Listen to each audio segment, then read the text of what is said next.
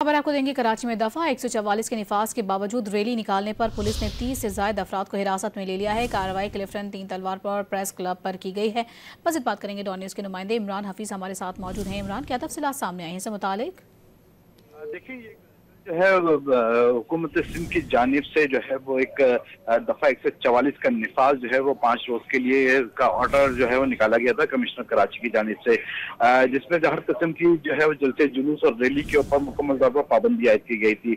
आज जो है वो कुछ मजहबी जमातों और सिविल सोसाइटी की जानिब से जो है वो एहतजाज की और रैलियों की एहतजाजी रैली की कॉल दी गई थी, जिस हवाले से जो है बड़ी तादाद में लोग जो है वो क्लिफ्टन 3 तलवार पर पहुंचे, क्योंकि उसके खिलाफ दफा 144 की खिलाफ वर्जी के ऊपर पुलिस ने जो है उनको वहां पर रोकने की कोशिश की और रुकावटें भी खड़ी करी। जब रुकावटें खड़ी करने की वहां पर आए तो उन्होंने रुकावटें जो है वो अबूर करने के दौरान जो है पुलिस से इनके दरमियान झड़प हुई, जिसमें मजबूरी तौर पर जो है वो दोनों जानिब से तकरीबन 18 अफराद को जो है वो हिरासत में लिया गया है। इसके अलावा एक जो है वो रैली है वो प्रेस क्लब भी वहां पर के बाहर भी वहां पर एहतजाज के लिए पहुंच गई है, जिसके बाद वहां पर भी जो है सूरत कशीदा है और उनके मुजाहिरीन और पुलिस के दरमियान जो है वो गुत्तम गुत्ता भी हुआ है, हाथापाई भी और झड़प भी हुई है। सूरत काफी कशीदा है।